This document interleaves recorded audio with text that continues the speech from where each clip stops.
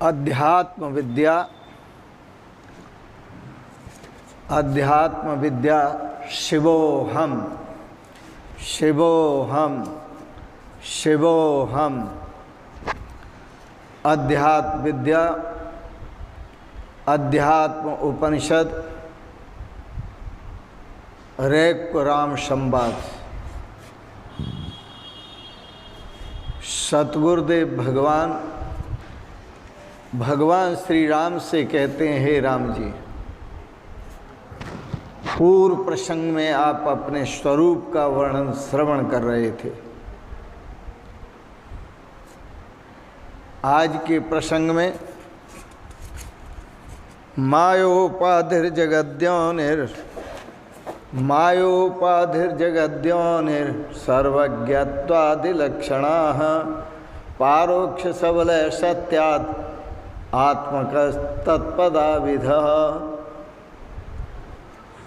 माया उपाधि वाला,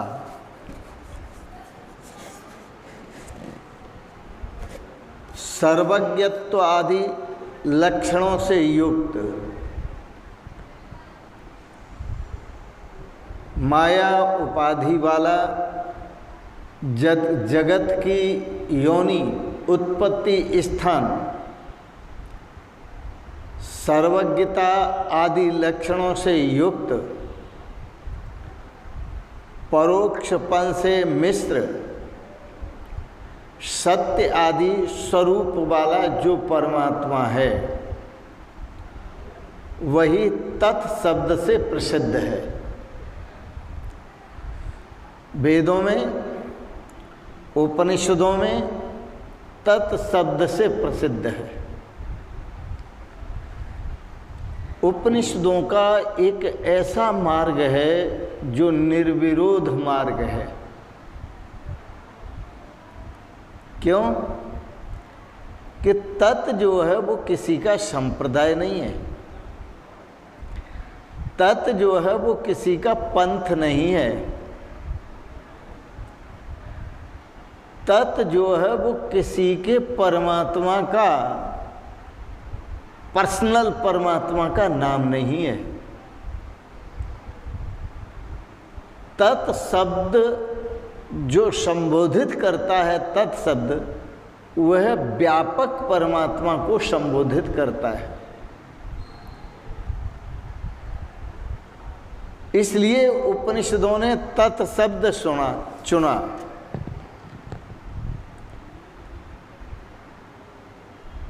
यह ज्ञान यदि आप देखना चाहें तो आपको रामचरितमानस में भी मिल जाएगा। समझना चाहे तो समझ सकते हैं। रामचरितमानस में कहाँ मिलेगा?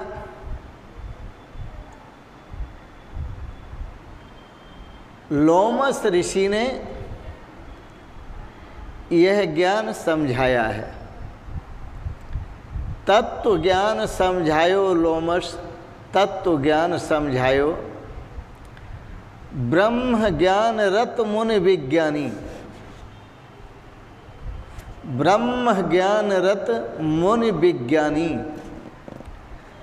काक परम अधिकारी जानी। रामचरितमानस। ब्रह्म ज्ञान रत मुनि विज्ञानी, काक परम अधिकारी जानी, श्रुति सिद्धांत बतायो, लोमस तत्व ज्ञान समझायो। श्रुति सिद्धांत बतायो, लोमस तत्व ज्ञान समझायो। तत्व ज्ञान समझाया तो तत्व शब्द जो है वो किसी संप्रदाय का नहीं है, किसी मत का नहीं है, किसी पंथ का नहीं है, किसी के पर्सनल यूज का नहीं है। तत् शब्द निर्विवाद है। सामवेद में श्वेत केतु के पिताश्री ने श्वेत केतु को 9 बार उपदेश दिया है। एक दृष्टांत दिया और कहा, पुत्र तत्वमसि, तत् त्वम असि, वह परमात्मा तुम हो। फिर दृष्टांत दिया और कहा तत्त्वमसि, हे तात वह परमात्मा तुम हो। फिर दृष्टांत दिया और फिर कहा तत्त्वमसि, वह परमात्मा तुम हो। फिर दृष्टांत दिया और कहा तत्त्वमसि। आप चाहेंगे तो यह दृष्टांत भी सुना सकते हैं, कथा लंबी हो जाएगी, पर आपको ये बताते हैं कि 9 बार उपदेश दिया, वहाँ तत्त्वमसि ही समझाया पुत्र को। हे तात, तत् नाम वह परमात्मा, त्वम मानी तुम, असि मानी हो। जिस परमात्मा को तुम खोज रहे हो वह परमात्मा तुम हो। तो इसी पद की लाइन देखो, तत्व ज्ञान समझायो लोमस, तत्व ज्ञान समझायो। ब्रह्म ज्ञान रत मुनि विज्ञानी, ब्रह्म ज्ञान रत मुनि विज्ञानी।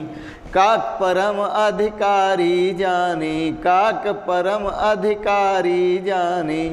श्रुति सिद्धांत लखायो, श्रुति सिद्धांत बतायो, श्रुति सिद्धांत बतायो। लोमस तत्व ज्ञान समझायो, श्रुति सिद्धांत बतायो। लोमस तत्व ज्ञान समझायो। लागे करन ब्रह्मोपदेशा, लागे करन ब्रह्मोपदेशा। अज अद्वैत अगुण हृदयेशा, अज अद्वैत अगुण हृदयेशा। घट घट पूर्ण समायो, लोमस तत्व ज्ञान समझायो। घट घट पूर्ण समायो, लोमस तत्व ज्ञान समझायो। संबंध जितने भी होते हैं, समझ लेना, जितने भी संबंध होते हैं वो सब द्वैत में होते हैं, अद्वैत में कोई संबंध नहीं है। तत्त्वमसि का मतलब है तत्व वह परमात्मा और त्वम मानी तुम, दो लग रहे हैं। एक परमात्मा को प्राप्त करने वाला, तो दो हो गए। लेकिन मैं आपको एक सावधान करूंगा कि जब तक आप दो रहेंगे तब तक परमात्मा की प्राप्ति नहीं होगी।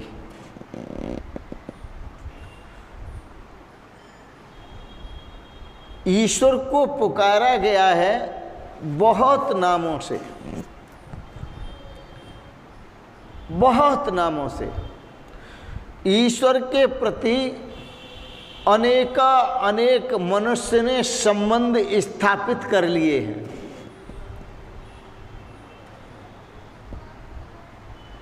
ईश्वर को पिता कहते हैं, माता कहते हैं, भाई कहते हैं, विद्या कहते हैं, द्रविण कहते हैं, सब पता नहीं क्या क्या कहते हैं।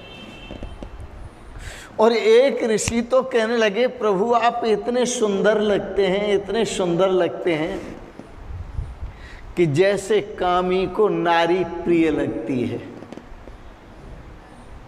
गोस्वामी तुलसीदास जी ने क्या कहा था? कामे नार प्यार जिम, लोभे प्रिय जिम दाम। तिम रघुनाथ निरंतर प्रिय लागो मोहि राम।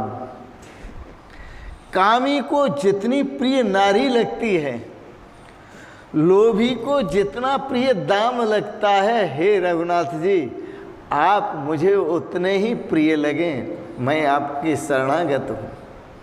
क्या बात। और वैदिक ऋषि ने तो कहा वेद में, तुमेव स्त्री, तुम मेरी स्त्री हो, इतने सुंदर लगते हो, तुमेव स्त्री, मैं तुम्हारा पुरुष हूँ। फिर ऋषि कहता है ये जो संबंध मैंने स्थापित किया ये ठीक नहीं किया। तुमेव पुमांसी, तुम मेरी स्त्री नहीं हो, तुम मेरे पुरुष हो, मैं तुम्हारी सेविका हूं, सेविका। सोचा ऋषि ने ये भी संबंध ठीक नहीं है। तो ऋषि ने कहा तुम कुमार, तुम मेरे बालक हो, बेटा हो। आहा, जैसे माँ एक बेटे को सीने से चिपका के रखती है, लगा के रखती है, बाप अपने बेटे को सीने से लगा लेता है। तुम मेरे कुमार हो, बेटे हो। उतवा कुमारी, कहा बेटा तो जितना प्रिय होता ही है, लेकिन बेटा से भी बेटी अधिक प्रिय होती है। तुम मेरी बेटी हो, बिटिया हो। जब बिटिया को बाप विदा करता है शादी करने पर, तो बिटिया से मिलकर गोद में लेकर के भर कर रोता है। उसकी आंखें जानती हैं, उसकी आंखें बताती हैं उसके हृदय में कितना प्रेम होता है बिटिया को अलग करते हुए। ऋषि कहते हैं तुम मेरी बिटिया हो, तुम कुमार, उतवार कुमारी। फिर ऋषि ने कहा संबंध बनाना ठीक नहीं है। बस इतना कह सकता हूं, यद यद शरीरम आदत्ते तेन तेन सहोज्यते। आप जिस जिस शरीर को धारण करते हैं वही वही हो जाते हैं। आप जिस जिस शरीर को धारण करते हैं वही वही हो जाते हैं। अर्थात हर रूप हर नाम आपका है।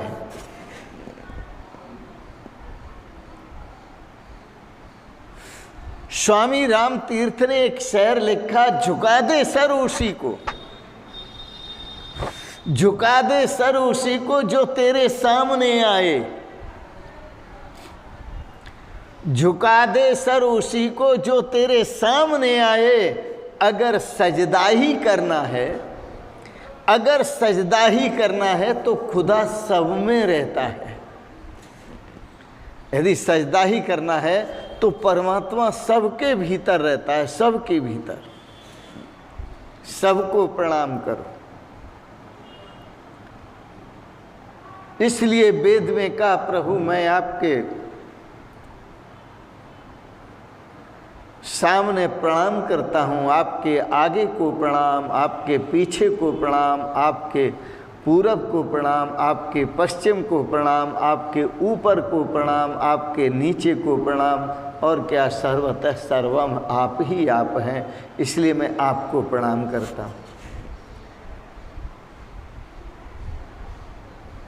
यह समझने की बात यह है कि यदि परमात्मा को आप कोई एक मानते हैं तो वह द्वैत होगा। मान लीजिए जिसने परमात्मा को पिता माना, तुम्हें माता च पिता तुम्हें। पिता माना तो पिता अलग होगा, पुत्र अलग होगा। माता माना तो माता अलग होगी, पुत्र अलग होगा। भाई माना तो भाई अलग होगा, भाई अलग होगा। विद्या माना तो विद्या अलग होगी और विद्या मानने वाला अलग होगा। धन माना तो धन अलग होगा और मानने वाला अलग होगा। लेकिन परमात्मा को स्वीकार करने में ये शर्तें नहीं है कि द्वैत बना रहे। वहां अद्वैत चाहिए, अद्वैत। परमात्मा को पाने वाले जब तक अपनी हस्ती को नहीं मिटा देते, खुद को नहीं मिटा देते, तब तक वो पा नहीं पाते। शर्त ही ये है। परमात्मा मिलता ही ये है कि जब खोजने वाला खो जाता है। परमात्मा की शर्त ही है खोजने वाले का खो जाना। और जो परमात्मा से मिलने चला है उसका खुद का मिट जाना।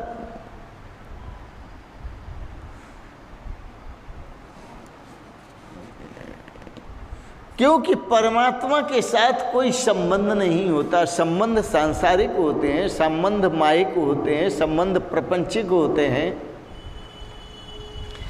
इसलिए तो यह मंत्र यहाँ पर प्रस्तुत किया है गुरुदेव ने। मायोपाधिर जगद्यो निर्सर्वज्ञत्वादि लक्षणाः परोक्ष सबल सत्यात् आत्मकस्तत्पदाभिधः। माया की उपाधि से नाना रूपों में दिखाई दे रहा है। कभी कृष्ण है, कभी राम है, कभी विष्णु हैं, कभी शिव हैं, कभी शंकर हैं, कभी महावीर हैं, कभी बुद्ध हैं, कभी यीशु हैं, कभी गुरु नानक देव हैं। माया की उपाधि से नाना रूपों में परमात्मा दिख रहा है। लेकिन याद रखना क्या कह रहे हैं गुरुदेव, माया रूप उपाधि वाला ये केवल उपाधि है। किसी को इंजीनियर की उपाधि मिल जाए तो वो इंजीनियर नहीं हो जाता, वो मनुष्य ही रहता है। इंजीनियर उसका कर्म होता है। डॉक्टर की उपाधि मिल जाए तो वो डॉक्टर नहीं हो जाता, डॉक्टर कर्म होता है उसका। यह डॉक्टर की उपाधि उसके कर्म की सूचना देती है, वो रहता तो मनुष्य ही है। माया उपाधि, माया रूप उपाधि वाला जगत का उत्पत्ति स्थान, परमात्मा जगत की उत्पत्ति का स्थान है। प्रभु समझ लीजिए अच्छी तरह से, जगत की उत्पत्ति। वेद में कहा तस्मात्, उस परमात्मा से, ए तस्मात्, इस आत्मा से। आकाश है संभूत, सबसे पहले आकाश की उत्पत्ति हुई। आकाश वायु, वायु और अग्निर, अग्निर आपो अदभ्य पृथ्वी चो उत्पद्यते। वायु से अग्नि हुई, अग्नि से जल हुआ, जल से पृथ्वी उत्पन्न हुई। और पृथिव्या औषधया संभवंती, पृथ्वी से औषधियाँ उत्पन्न हुई। औषधयात रजवीरियम, रजवीर की उत्पत्ति हुई। रजवीरियात संतान, संतान की उत्पत्ति हुई। नारायण, ये सृष्टि का क्रम है। तो ये उपाधियां हैं। मायोपाधि, माया रूप उपाधि वाला जगत का उत्पत्ति स्थान परमात्मा ही है। और याद रखना, जो जिसका, इस जगत का जो कारण है वो परमात्मा है। और याद ये रखना है, जो जिसका कारण होता है वह भी वही होता है। सर्वज्ञता आदि लक्षणों से युक्त है, सर्वज्ञ है परमात्मा, सब में है, सब कुछ है, सबको जानने वाला है, सर्वरूप है।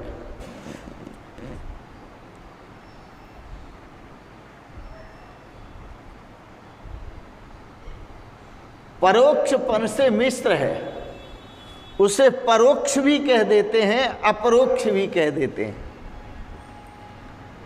सत्य आदि स्वरूप वाला है, सबका परिवर्तन होता है, नाश होता है, लेकिन परमात्मा का कभी नाश नहीं होता।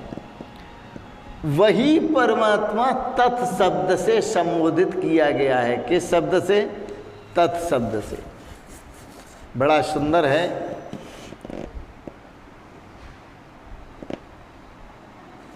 जगत के सारे संबंध अलग रहकर,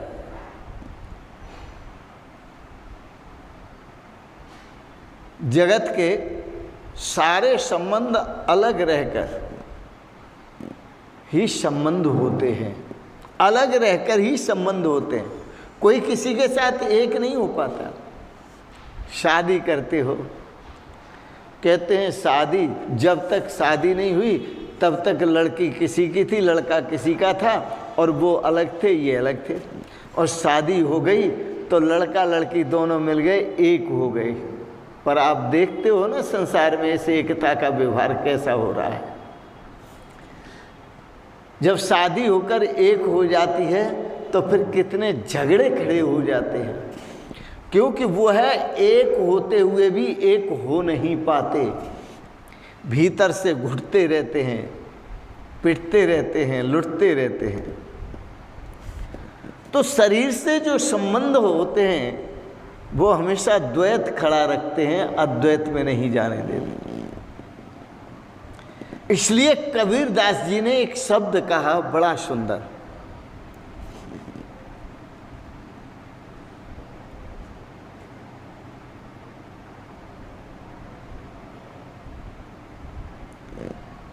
कि मैं खोजने निकला था। क्या कहा?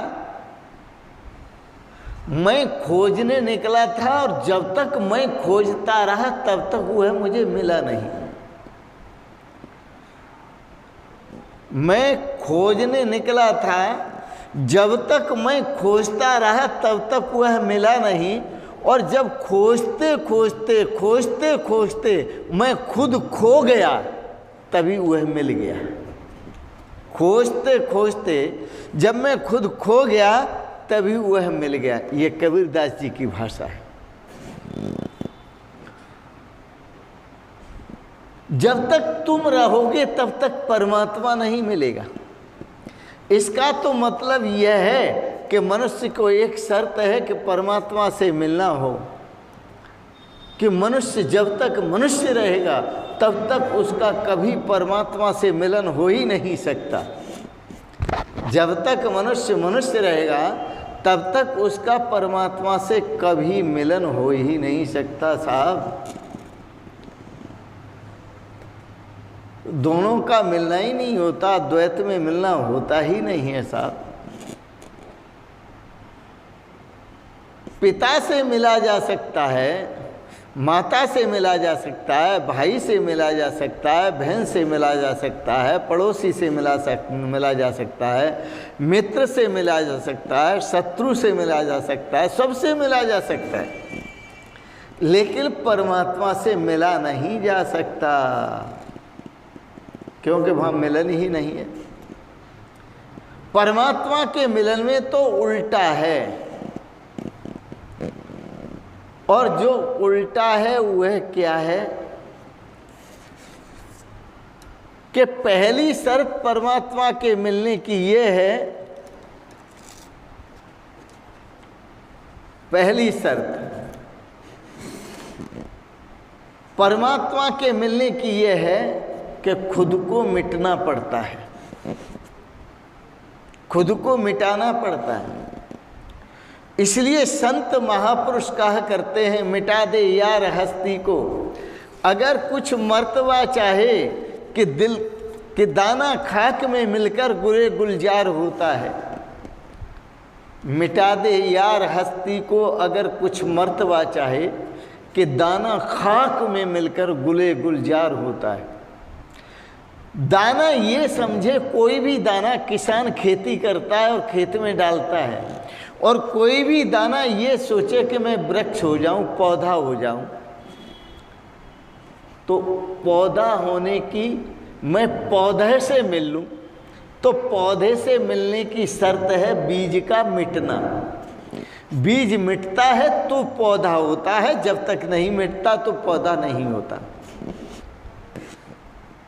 और याद रखना, मिटने पर भी तुम नहीं मिटोगे। यदि मिटने की कला आ गई तो मिटने पर भी तुम नहीं मिटोगे। संत महापुरुष कहते हैं, देह मरे तू अमर है, देह मरे तू अमर है, पार ब्रह्म है सोए। देह मरे तू अमर है, पार ब्रह्म है सोए। अज्ञानी भटकत फिरे, लखै सुज्ञानी होए। ज्ञानी उसका नाम है जो परमात्मा के साथ एक हो जाता है, उसे कहते हैं ज्ञानी। तो मायोपाधिर जगद्यो निर्सर्वज्ञत्वादि लक्षणा पारोक्ष सबल सत्यात् आत्मक तत्पदाविध। क्या कहा गुरुदेव ने? माया उपाधि, माया रूप उपाधि वाला परमात्मा, उसे उपाधि लगी है माया की। जगत का उत्पत्ति स्थान उसको माना है शास्त्रों ने, वेदों ने। सर्वज्ञता आदि लक्षणों से युक्त उसे सर्वज्ञ माना है, सब जगह गया हुआ और सबको जानने वाला। परोक्षपन से मिक्स माना है, कोई अपरोक्ष भाव से प्राप्त करते हैं, कोई परोक्ष भाव से प्राप्त करते हैं। सत्य आदि स्वरूप वाला वह परमात्मा है। वही तत् शब्द से कहा गया है, दैट, वह है। वह शब्द से जो परमात्मा कहा गया, तत्शब्द से यह निर्विवाद शब्द है। यहाँ कोई मत नहीं, कोई पंथ नहीं, कोई संप्रदाय नहीं, कुछ नहीं। बस इसी तत्व पर टिकना है। जहाँ सारे संप्रदाय खत्म हो जाएं, सारे मत पंथ सब विलय हो जाएं, सारा विवाद समाप्त हो जाए और हमारा जीवन निर्विवाद हो जाए और निर्विवाद स्वरूप उस परमात्मा स्वरूप में स्थित हो जाए। इसी में आनंद है, इसी में रस है, इसी में प्रेम है, इसी में शाश्वत सुख और शांति है। इन शब्दों के साथ ही आज के प्रसंगत वाणी को विराम देंगे। आपने बड़े प्रेम और श्रद्धा से ये भाव श्रवण किए अध्यात्म विद्या पर, अध्यात्मोपनिषद पर, रेख को राम संवाद पर। इसके लिए बहुत बहुत अनुग्रहित हैं। आपको ये पसंद आए, इनको सब्सक्राइब करें, लाइक करें, शेयर करें और अंत में आप सभी के परम पावन श्री चरण कमलों में प्रणाम करते हुए आपको बहुत बहुत शुभकामनाएं करता हूँ। ओम सर्वे भवन्तु सुखिनः, सर्वे सन्तु निरामयाः, सर्वे भद्राणि पश्यन्तु, मा कश्चित् दुःख भाग् भवेत्। ओम शांति शांति शांति। ओम शिवोहम शिवोहम शिवोहम।